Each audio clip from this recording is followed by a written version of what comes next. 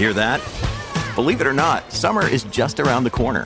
Luckily, Armor All, America's most trusted auto appearance brand, has what your car needs to get that perfect summer shine. Plus, now through May 31st, we'll give you $5 for every $20 you spend on Armor All products.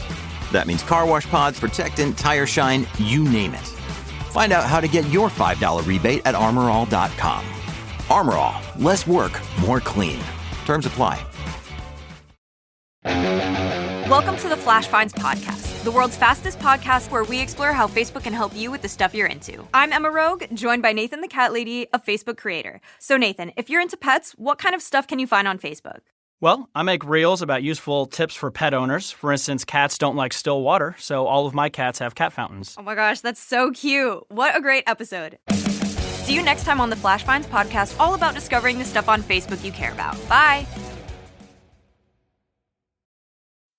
Wearing a Men's Warehouse outfit makes you confident, like you could do anything, so you dance like no one is watching, even though everyone is watching. Because of the Men's Warehouse outfit, you interview like the job is already yours because it is. Because of the Men's Warehouse outfit, you golf as if the rules don't apply to you because you're too well dressed for rules. Because of the Men's Warehouse outfit. At Men's Warehouse, get measured, get fitted, get hot, get confident in everything from tailored suits to underwear and all the stuff in between. Love the way you look at Men's Warehouse. When pursuing your goals and dreams and things don't go as planned, do you slow down? Do you lose motivation? Do you find yourself stuck there longer than you want, overthinking, over-evaluating things? Savage. This program contains subject matter and language that may be disturbing to some viewers. Viewer discretion is advised. There we go again. More technical problems. We live in the 21st century. No! Savage unfiltered. Under. The only reason I know this is because I lived under tyranny. I lived. Oh, shut the fuck up! You're a fucking. Your host, Michael Gard. Proper fashion at the proper time. Like a Hellcat.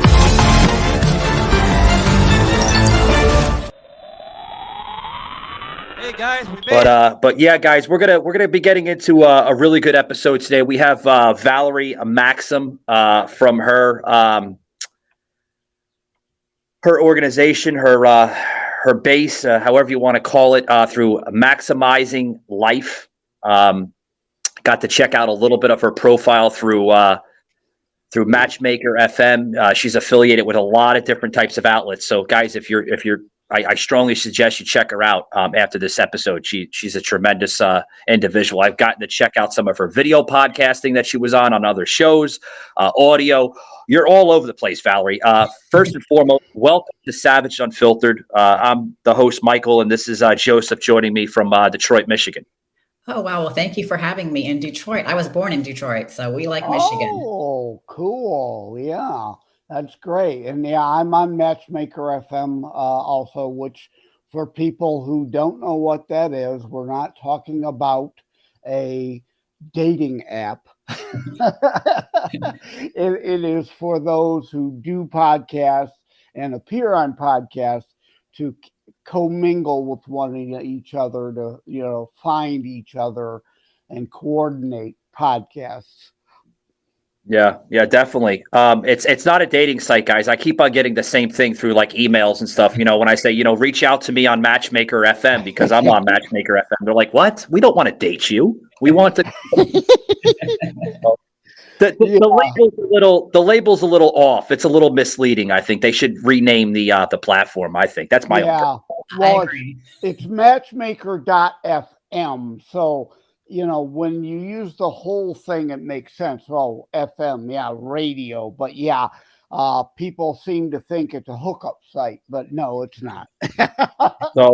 So yeah, we're going to talk, Joseph. We're going to be talking to our guest here about fitness. I know she has a tremendous story behind it, and I love for her to share it with the audience here about her bodybuilding. And she's got another story too that I'm sure she would love to share. Let's start off with the bodybuilding, Valerie. How did you get into bodybuilding?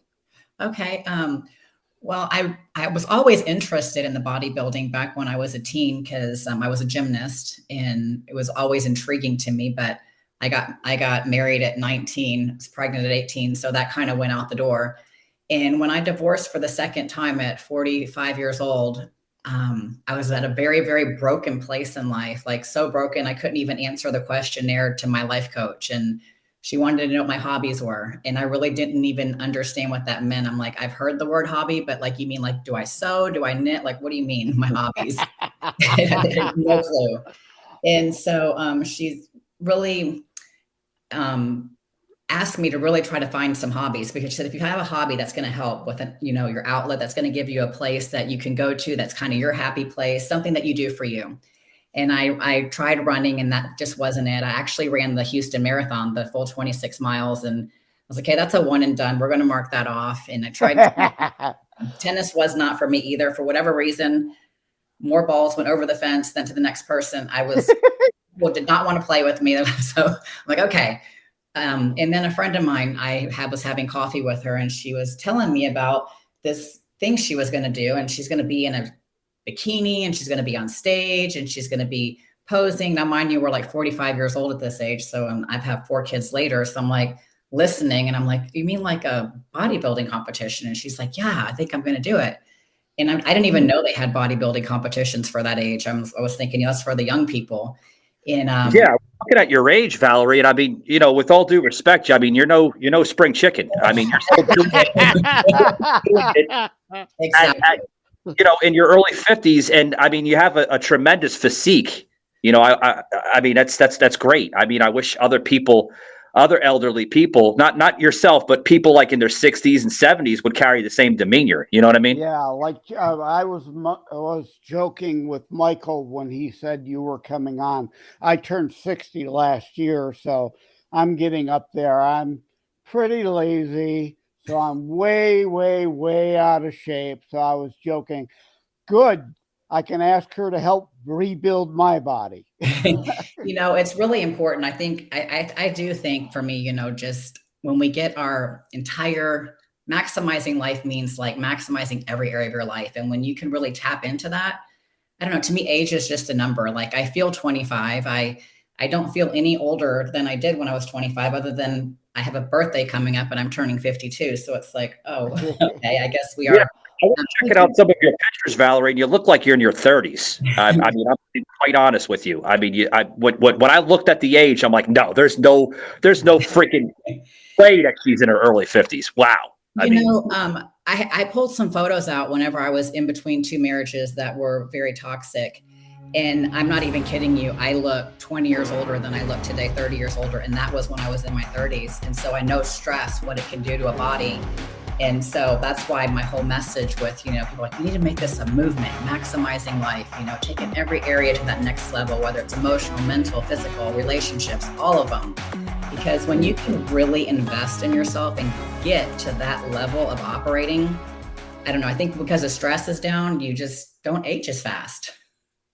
So what's the secret, Valerie, if you'd like to share? What's the secret of not aging? Because not only yourself, but I've spoken to other people in their 50s and 60s and 70s. I'm in my 40s, okay, just to kind of give the audience my age out there. But what's the secret, to staying young and not aging?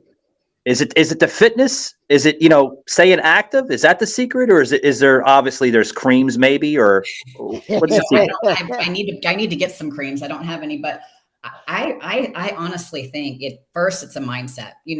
I have friends that are in their 40s and 30s even. They're always saying, I'm so old, like my body's broken down. I can't, and they're like 20 years younger than me. And they just constantly speak it. And then you look at their life and they are falling apart and, they have this ailment and that ailment and they don't want to get up and they put extra weight on and they're tired and they sleep and, and it ages you. And I do think that it's a mindset. I do think that, need to shift that to, I get to celebrate my 52nd birthday. I mean, we just went through the whole pandemic. How many people didn't get to say that? It's perspective. It's like showing up and staying in the positive side of life and keeping that positive energy and keeping that stress down, because the cortisol and all that rises when your stress goes up is nothing more than, I mean, it's going to age you fast, and it's going to, cause all kinds of sicknesses and stuff that are not necessary. Yeah, I agree with you, Valerie. If you keep speaking it, you live it. If you talk yourself down, it's a self-fulfilling prophecy. That doesn't mean you have to then declare, okay, I'm going to become a bodybuilder tomorrow, but at least speak promising and hope better and engage in some positive things. Like you said, I mean, hobbies, to avoid stress and cut down on the stress. I know we all have very busy lives, but you've got to engage in some things. And I talk often in interjecting humor in these shows, because no matter how serious things are, you've got to try to maintain a sense of humor, because indeed, laughter is indeed a good medicine. Yes, I absolutely agree with that. When your family is growing in ways you never expected, you'd like to be outside the city. Agents who are realtors are here for it. Here for the journey. Here with local knowledge beyond the listing. Here for it all, because that's who we are. Live a life to the maximum. All day and night. All day and night. All day and night. Live a life to the maximum. Savaged, unfiltered.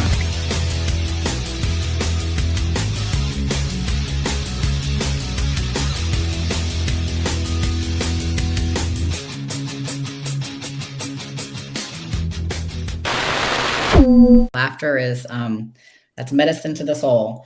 This last weekend was a very, when we do have to listen to our bodies and take the time out. So this is another thing that I do. I do listen to my body, and I do take the time out, and I do understand that life is hard and tough. And a lot of times things are thrown our way that we have no control over, other than we have to deal with it on some level. And this last week, I just had 3 major things come at me, and, things that were out of my control, but yet they were weighing me down. And I realized by Sunday, I'm like, oh my goodness, okay, I need to fill my cup up. I need to do something to just like set all this aside. And I need to get outside. I need to go for a walk. I need to just concentrate on my breathing, those things, like just do something that makes me happy. For me, I like cauliflower pizza. I know that's probably silly, but I like it. So I went and ordered one. The carbs, Valerie, you got to watch the carbs though, right? Right now, when we're it's all in moderation, right? You still have to live, but there are moments you do have to take time out for yourself and listen. You cannot just go and not expect to break down at some point. So instead of having the breakdowns in life, I try to really listen to my body and say, okay, we need to take a time out and do whatever it is that makes me happy. I was going to go to Galveston for the day, but that didn't work out because my battery went out in my car. But just get out and do things that you can do that put a smile on your face, that that are your happy place. One second, Joseph. I was going to ask Valerie 1 second here. Hearing your story, Valerie, have you always been into bodybuilding? Obviously, I'm trying to follow the story as much as I can, but did this start at a young age, or did it pick up somewhere in your 30s or 40s? Where did it all this start out? Okay, so when we were talking about my story back there, so it did not start until, like I said, I had my life coach, and she's asking me what my hobby was, and I was trying to figure out a hobby. So at the very first time I competed, I was 46 years old. And I've never done it before. So that was all brand new for me. And bodybuilding and my competitions became my therapy. So I've taken the last 8 years. Now you can imagine, I was married at 19 and divorced at almost 45. So I never had the time to be at home. I never had the time to learn me. I never had any of that time. Right. So now all of a sudden at 45, you're like, there's a lot of stuff I need to fix that's broken. And well, it sounds like you hit some rocks and bottoms along the way. And so bodybuilding became my therapy without me realizing it, because you push so hard in a show to get your body to look like that. A 12-week period, you're just going hard, and it would spill into other areas of my life, like my confidence. Confidence, they say it's a muscle. You have to use it, you have to develop it. Yep. And And it developed my confidence. When I divorced, I had zero confidence. And so when I did my first show, just even getting on that stage, you had like 500 people looking at you. I have no idea what I'm doing. I'm turning the wrong way. It was like, wow. So these are big shows then. I mean, 500 people, that's a lot of people in attendance. Yeah, because it was a big show that I did back in, I want to say it was 2017. It was the Ronnie Coleman. And at that time, they had other events going on. So you had the bodybuilding on stage and you had the power lifters over here. You had, so it was a big, huge room. Like there might have been more people in there than that, but I'm guessing it was around that number.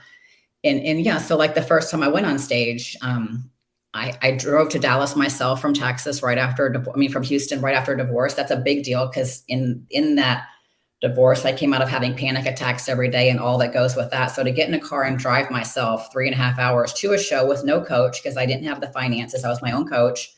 I did have an online coach that wrote my meal plan for me. Didn't have a posing coach there. I went on stage, literally, I was like, what am I doing? Oh my gosh. Like I wanted to cry because I get on stage and I didn't know what I was doing. I turned the wrong direction. We came on stage from the other side. I thought I had practice from the opposite side. Everything that could go wrong went wrong. I'm sure everybody was laughing at me because I didn't have any clue what I was doing. But I had to go on stage 2 more times. I was in 3 categories. And I was like, it's a learning experience. You know what I mean? It's a learning experience. Joseph, you got anything to add, buddy? Yeah, I wanted to go back to something you were saying about the cauliflower pizza, because it was almost a throwaway line there. And I'd like to repeat it. Everything in moderation, you said, right? Yes. Everything in moderation matters, and whether it be what you eat, how you think, how you act, the things you do in life. And I'm okay with the cauliflower pizza just as long as you're not a pineapple eater, pineapple pizza eater. Oh, yeah, I don't put pineapple on my pizza. Yeah, neither do I. To be honest with you, Valerie, I'm more of like a regular cheese kind of guy, or like a pepperoni or sausage type of guy. Yeah, that's I'm not into those extra crazy toppings. Yeah. With you. Yeah, nowadays you can get virtually anything on a pizza. There's like barbecue chicken pizza. I'm maybe a little tempted to try it, but I haven't yet. But yeah, you could. What's next? A chocolate pizza, Hershey topping, Hershey Kisses pizza. That'll be next, right? They're banning Hershey's. I don't know if anybody's seen that, but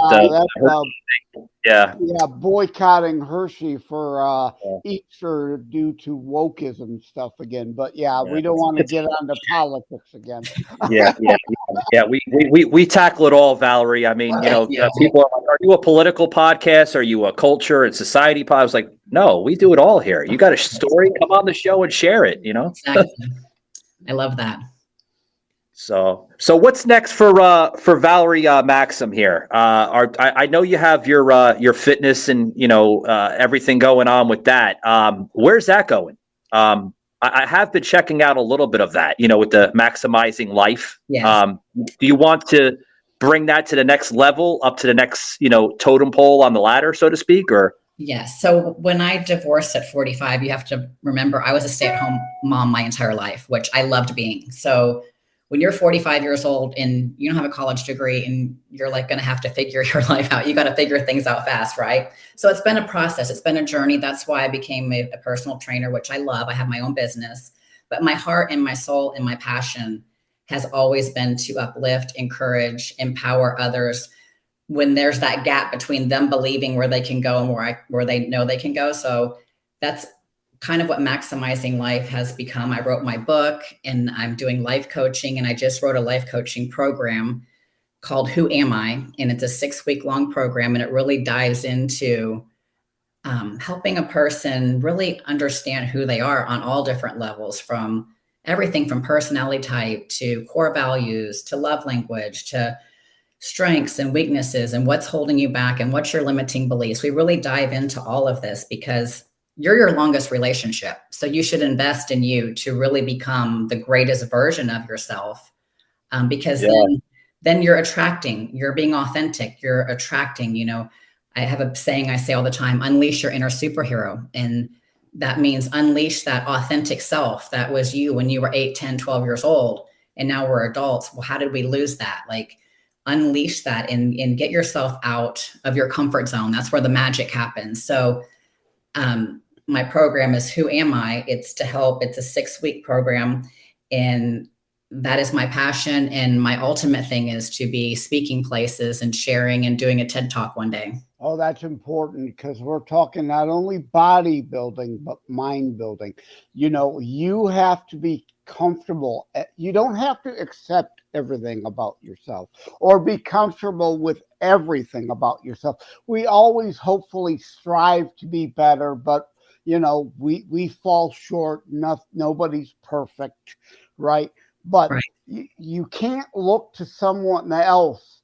Someone else might help you feel better about yourself for a while, but if you're not comfortable, at least to some degree, in your own skin, that's not going to last long or permanently. You've got to like yourself or love yourself before you can really truly love someone else also. Yeah, I agree with you, Joseph. We're seeing a lot of that today, especially in our society, with, you know, especially children today, the next generation of youth going through, you know, drastic changes. And, you know, we're seeing the whole, you know, I hate to bring it up, but the LGBTQ and, you know, that intertwining with children, I think it's messing with their mentality, their brain, and everything else. So it is difficult, you know, especially in this generation compared to my generation. Like, you know, the show we did with Lavon DuPont, a trans woman, put that in quotation marks, because some people will get upset if you don't do that. But there's a difference, and I have no problem with that. I have no problem with any of that as you do it as an adult in your own life. It's a whole other thing when you're trying to recruit people into a lifestyle, recruit children, and muddy the water and complicate issues of sex that don't need to be peddled on children in grade school or junior high school. Well, Joseph, since we're on this topic of transgender, I want to get back into the fitness environment, because I'm sure Valerie could speak on this to an extent. Valerie, what is your perspective and your views on, you know, transgenders now competing in, you know, bodybuilding type of competitions? Because we're seeing that right now all over the country. You know, yeah, we are seeing that. I haven't seen it in any shows that I'm doing, that I'm in, and I can see that on both sides here. So I don't think for women to a male body like can beat us all day long without even trying, hands down. There is absolutely no way possible for a female to win. So I do my shows because this sport is there's no like black and white. We're like, it's not like if you do this, this, and this, you have first place. It's very what the judges are seeing. Like maybe they're like, well, I like her suit color, or I like her back better than her back. But you don't really know like who gets first, second, or third, right? It's like gymnastics and figure skating. There's some subjectivity and artisticness involved. Yeah. It's not a pure X number of basketball hoops wins the game. Exactly. So going into this sport, I already know that it's me versus me in this sport. So it's me versus my last photos, my last show. So I really keep that mindset in competing. I would still compete if I was going against someone, you know, that was transgender. I would still compete because I'm doing it for me, because I'm doing it to get better than I was last time. But I don't, if you're going to ask me, do I think it's fair? I don't think it's fair, because they're going to win every time. I would say level. Yeah. And the reason why I brought that up is because going back in the late 90s, if anybody can remember this, with that pro wrestler, she's no longer here with us anymore. She went by the stage name of China. Mm-hmm. A lot of people, you know, when they seen her, they placed that discrimination on her, saying, oh, well, that's a man right there. And what is she doing competing in female sports? Because she had that huge physique and she looked very mannish. I'm going to be quite honest with you. Guys, looked very mannish. But that's the discrimination of what I'm, you know, kind of going at. But, you know, obviously she wasn't a man. You know, we found out later on that she was actually a woman, but she just had that men features, you know? Yeah, and I wanted to add too, not every time, but of course, a majority of the time, yeah, a male definitely has the advantage. Because I was going to say, like a Ronda Rousey would kick my ass any and every day of the week. Oh, yeah. Yeah, the same thing, you know, like we're seeing a lot of, you know, like a lot of these female, you know, MMA,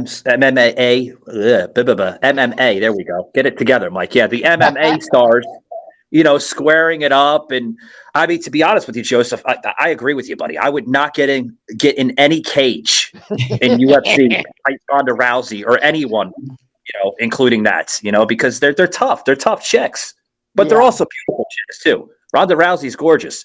You know, just like our guest here, Valerie. I mean, she's a very beautiful woman, but you have a great physique, you know, and everything else. So you have to look at that. Yeah, you really do. But like the, I forget, what's that, Leah Thompson or Thomas in the swimming? I mean, he was 100th ranking in male swimming. And then, of course, when he decided to pretend to be a she, all of a sudden she's breaking women's female swimming records. Give me a break. That's a man competing against women, and has, you know, no they actually brought that up, Joseph, with you know, the great Arnold Schwarzenegger about bodybuilding and everything else. And Arnold Schwarzenegger, I'm very surprised to hear Arnold Schwarzenegger, because he's a pioneer in bodybuilding. You know, coming from Australia or Austria. I think it's Austria. Yeah. And they asked him, they're like, you know, what's your views on, you know, transgender, you know, competing in the opposite sex with bodybuilding and other, you know, combat sports and other stuff like that. And he was like, I don't see a problem with that. This came from Arnold Schwarzenegger. Well, you know? he's a product of Hollywood now. I mean, so. Speaking of Arnold, have you? Can you say, Valerie, have you competed for any of his competitions before? I know he does the Arnold Strongman still. Yeah, he does the Arnold. I have not. He does the Arnold. That's kind of, it's a very high up there level competing. I have not done that. Oh, is that on your bucket list, or you just choose not to be? You have to be invited, and it's the top of the top that are in the pros. And I'm at a place right now where I'm looking at doing a different organization, just because I don't want to personally get as big as you have to get in figure to compete in the pros in that organization. Yeah. And so it's kind of a give. Have too much muscle to do bikini, and that's where I started, and I really liked it. So I went to figure, and I've been doing figure, and I do well at it. I've nationally qualified. I've done well, but not like if I wanted to get my pro card, and then that's when you can go to the Arnold and those things and compete. I would have to put on so much more muscle and mass. And, you know, at my age, it's like, I just really don't want to do that. That was my therapy. So there's another organization I'm thinking of competing in October, and it's more, you're still in a suit, but there's theme wear, and it's just, I don't have to be so, you know, muscular. Yeah. This April, WrestleMania. I feel the need for speed. Goes Hollywood. I'm flying, Tez. Funny how, like a clown, I amuse you. And there's no going back. What's with the face paint? It's exfoliating. What's with the voice? Savaged, unfiltered.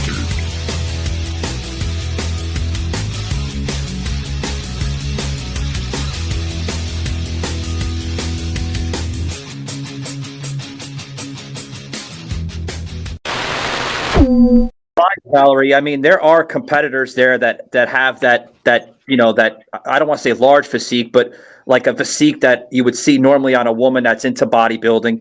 You know, there are stars out there that big stars, you know, like in, you know, whether it's, you know, combat sports as UFC or, you know, the WWE or any sport like that actually, you know, pose in bikinis. So that's a entirely different type of category, but you would be very surprised. People are into that. And also, like we talked about mental health, you have to do what is within your boundaries, what you feel comfortable with. And this isn't like 30 years ago, 3 decades ago.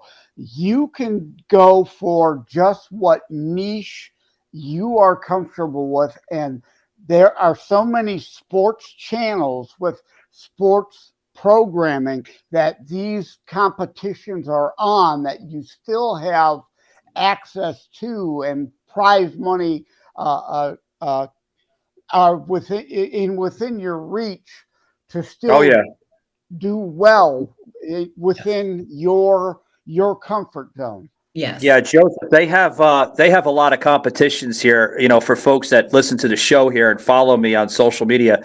I live in Florida, Valerie, and I can tell you all over Florida, especially here in Orlando, there's some competitions in Tampa, very strong in Fort Lauderdale, Miami. Yes. They're all over the state. I competed in Orlando before.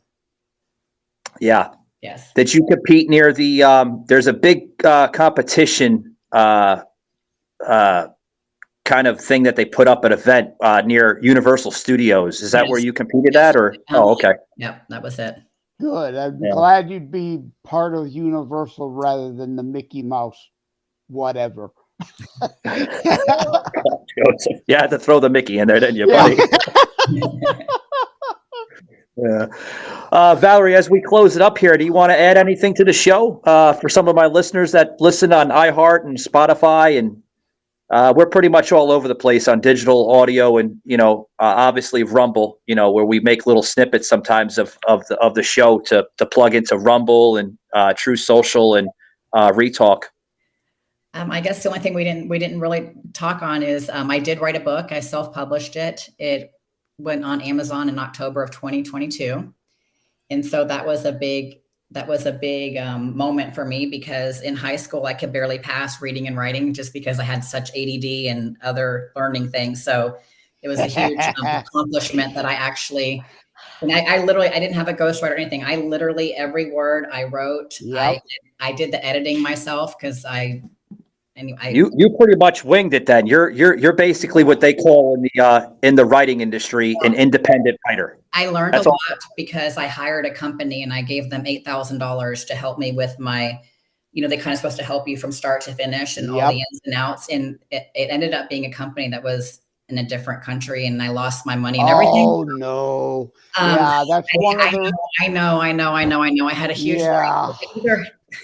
I either had to quit or I had to just figure it out myself. So I kept going and I got it done. And I was very, very proud moment that I finished that. I have a second book I'm writing now. It's much easier, but my book is called Maksymizing Life. And in that book, the first 4 chapters are the steps that I took from when I was literally surviving everyday panic attacks, just in that survival mode to thriving, to, what the 4 steps I took to take me from. Yeah. The first book, I was checking it out, and I'm sorry, Valerie, I was trying to get as much as possible into the episode here with you, with the bodybuilding and, your journey and your story and everything. But I have checked out some of that book, and it covers a lot of in depth of, the background of you. And that's awesome. Yeah. I checked out the first half on Amazon where they do that little sample feature. Yes. Yeah.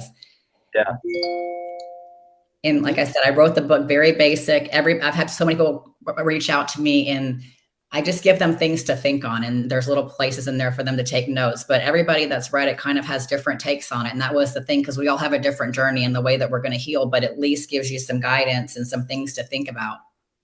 Absolutely. I mean, all 3 of us, I don't know if you realize, but all 3 of us here in this episode, we're authors. I've written my first book and coming out with my second in May.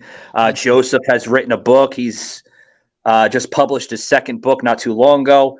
So, I mean, that's awesome. I mean, I think writing books really explains the true background and the character of the individual. You could see it a little bit through podcasting and, through, social media and stuff like that, whether it's video or whatever. But I think the book really explains the journey or the story. And I mean, that's just my You can opinion. help a lot of people with the mental and physical aspects. I take it you don't just deal in bodybuilding, but the whole overall life self-enhancement in your Yes. book, right? Exactly. Yes. And I wrote my book as a premise because to help women to be where I was at. But the funny thing is, I have more men that reach out to me and talk to me and open up to me than women. And I find that very interesting. And it's like, they're like, I've never told anybody these things. And they just feel like, cause it's a safe place to talk, right? When you're in a life coaching. But I find it interesting that there's so many men that are hungry for this message, but they don't know how to reach out or get help because it's not really cool to do that.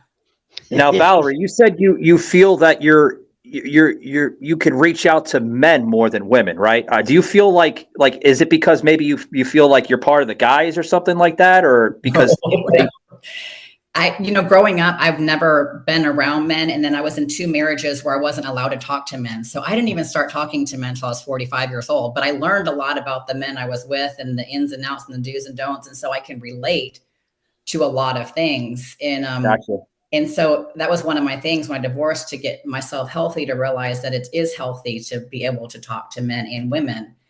And I don't know what it is, but when they just start opening up, I guess because I'm very non-judgmental, there's nothing you can tell me that I haven't probably heard or whatever, because it's your journey, not mine. We're trying to get you from point A to where you're trying to go. You're damn right. You're damn right. And yeah, we're going to close it out here with you, Valerie. I really thank you for coming on to Savage Unfiltered. It was amazing hearing your story. It was amazing hearing your journey through life. I mean, you got into a lot of in-depth, personal journeys on the show. Let's just leave it like that. And you have a book out, and you said you're writing your second book. So, I mean, that's great. Do you see yourself writing more books, or is it are you taking time off right now, or what's next for? I'm writing my second book now. I see myself writing books and speaking places and writing a life coaching program. So I just finished writing my first life coaching program. So I'm just following it one day at a time. That's great. You got anything, Joseph, before we depart with Miss Maksym? Yeah. Well, now the song, the Steve Winwood, Valerie, call me song that's going to be in my head all day. So, Mike, you need to dig up Steve Winwood Valerie song to close out the episode. Yeah, we'll put it in there somewhere around there. Yeah, but Valerie, thank you very much for being part of Savage Unfiltered, and you have a good rest of your afternoon, evening, depending on your time zone. But yeah, thanks for joining us today. All right, thank you for having me. Take care, Valerie. God bless. God bless. Bye. All righty, Joseph. We're going to close it out, man. Wow, that was an awesome story of hearing from her. Sounds like she got into a lot of in-depth, personal journeys that she went through. I mean, she went through rock bottom in life from at least 19, I heard correctly, up to like about her early 40s, and I think the successful milestone hit right around her mid 40s, and it seems like it's doing great for her. Yeah, and it's great to hear, and why in part I wrote How to Write a Book and Get It Published, Hints, Tips, and Techniques, follow up to my Terror Strikes Coming Soon to a City Near You book, is she went through a healing process for herself as well as then helping others.